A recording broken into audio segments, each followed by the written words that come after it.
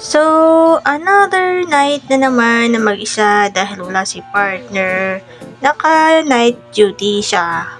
Nakita niyo parang tatamad pa akong tumayok. Kasi nga, tatrangkaso pa ako dyan mga bi. So, ako muna itatayo. Para maghilamos. Halos 1 week na rin ako guys na tatrangkaso. Pero ngayon, medyo okay na rin konti. Unlike sa mga nakarang araw. So yan, loading nga dahil nakakonect lang ako sa aking internet. Hi Puchi ni Mama! Andiyan, mga aking mga burloy sa pag ko. And may malita na naka-ready na!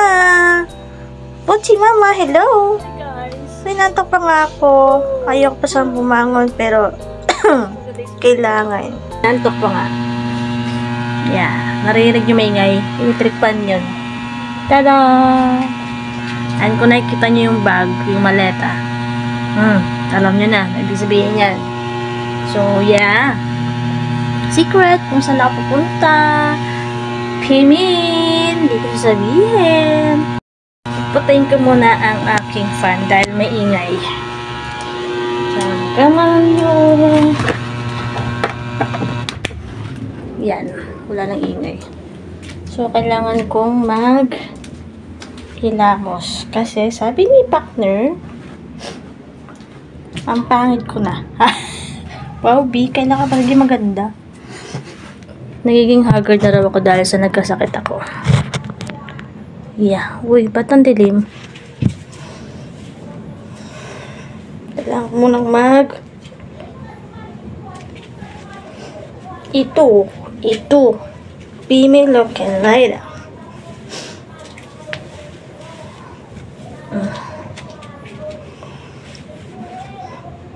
Thanks for this, sis Myra. So, maghihilamos muna. Kitsch. Kaso kasi sinisipon po ako. Kasi, tada! Uso po ngayon ang trangkaso. Dito sa buong apartment namin na muro trangkaso. So, kahit anong ingat natin, kahit anong ingat natin, kapag dinapuan tayo ng sakit, wala. So, nakikita nyo yung aking facial wash. Minsan Kojic, minsan ito. Kaya may mga spot yan dahil sa stress nakaraan, puyat, at ayun. Basahin mo na ng konti and put in your face. Wow, English yan, babe.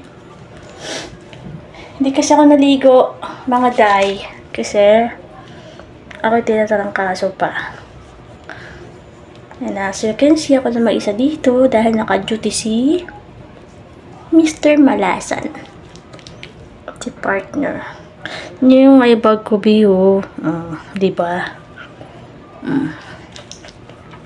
Kasi, 1 linggo na akong tinatrangkaso. Buti ngayon okay na. Unlike nakaraan, sobrang higa talaga. Hilas muna ako. Wait lang. Ayan na nga. Finish. So, magpupunas muna tayo ng mocha. Kasi basang-basa. So, yung ibang gagamitin kong towel is towel ni partner. Kasi yung towel ko, nilagay ko na sa maleta. Para hindi ako mag-iimpake. Kasi how many days na lang, gora na this. So, again, Pimid! Hindi ko sasabihin kung saan ako punta. Malalaman yung online kung saan. But, not now. Soon. So, putas ko nagilamos, nagdalagay ako ng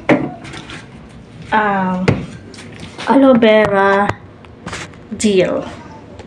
This. Gamit ko na to noon pa sa Saudi ako. Ito yung nagamit ko noon sa Saudi pa hanggang ngayon. Thank you for the sponsor. Love, love. Maganda siya sa mukha kasi hindi nagda-dry yung mukha mo. Unlike na magsabon ka lang, tas wala ka nang nilalagay. Napaka-smooth niya sa face.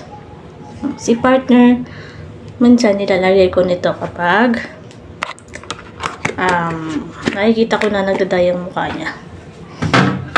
Tapos papatuloyin ko lang ng konti. Okay na to. At nauhab ako sa yung tubig ko. Ito. Wow.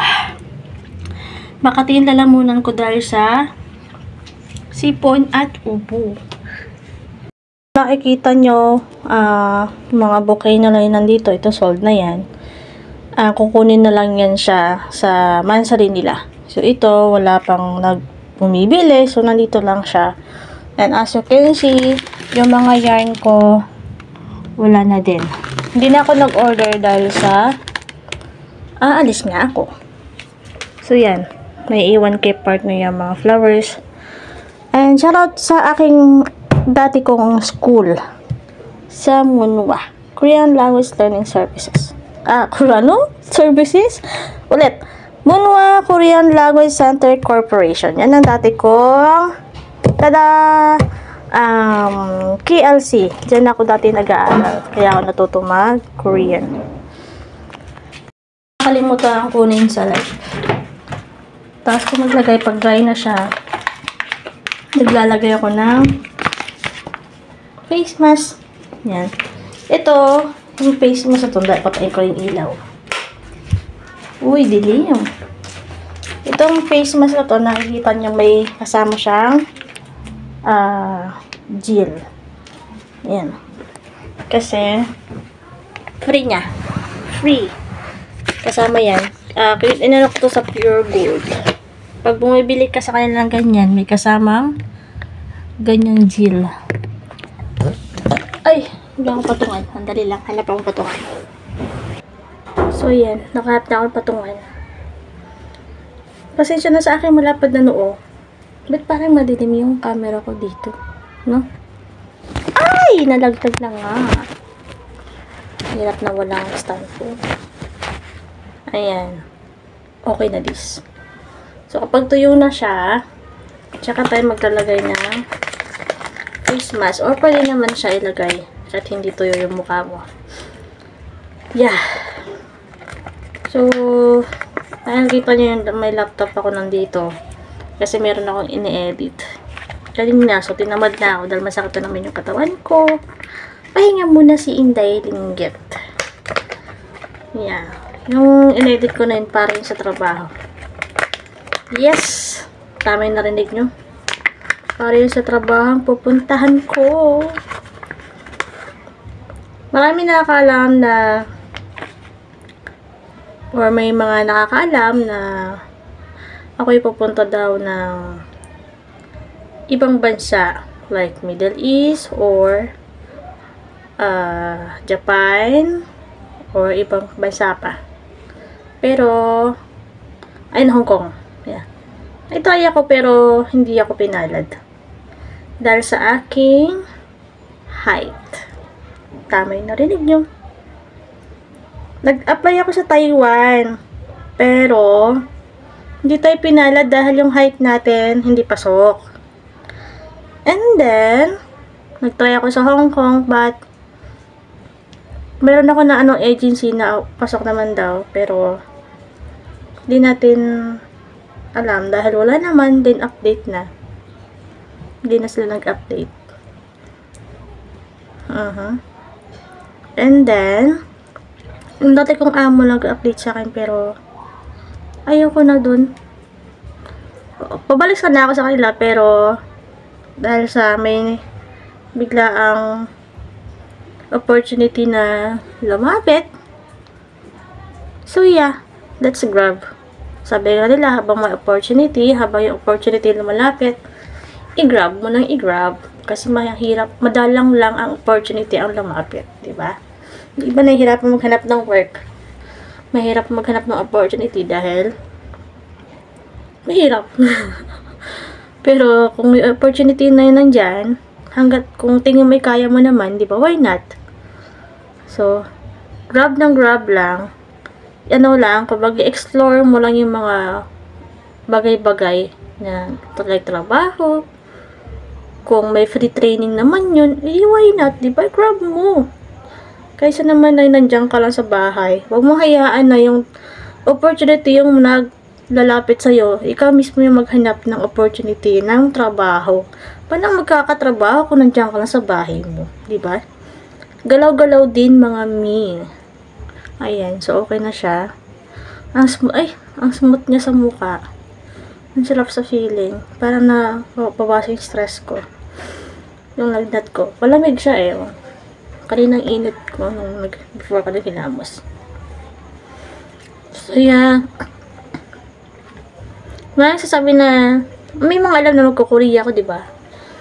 So secret! Kung saan ako pupunta.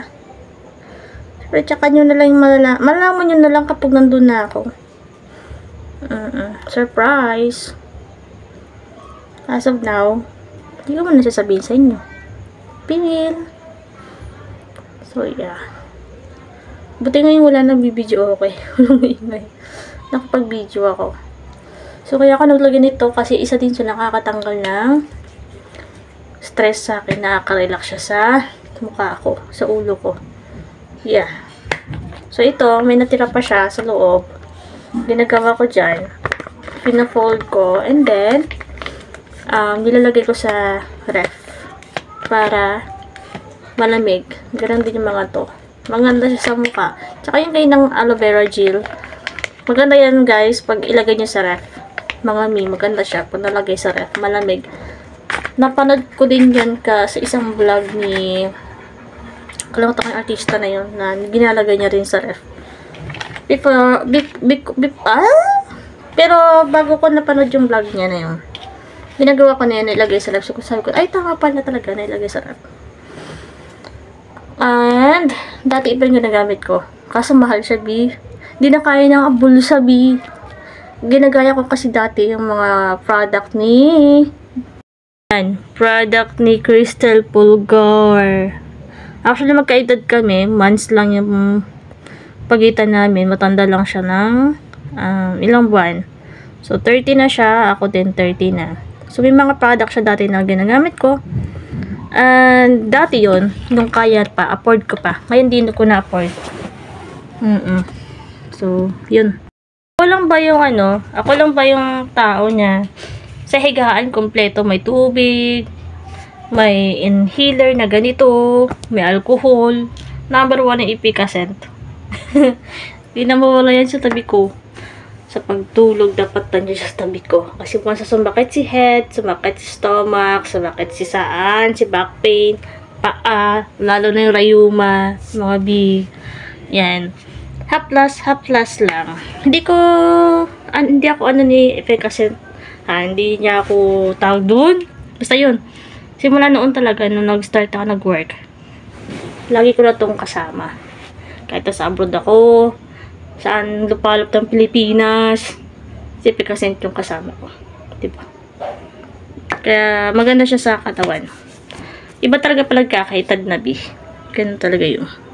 Guys, isama lamang tong short video, mini vlog, at abangan nyo na lang ang next vlog ko. At yung bansa, yung work na may work ko ngayon darating. Okay? At kung saan yun. See you guys! Good night. Mag-ingat po kayo palagi. Inom pong maraming water dahil uso ngayon ng sakit. Okay? Lagi iwan po nakasabihan kung ayaw mong gawin sa'yo, huwag mong gawin sa iba. Anyang!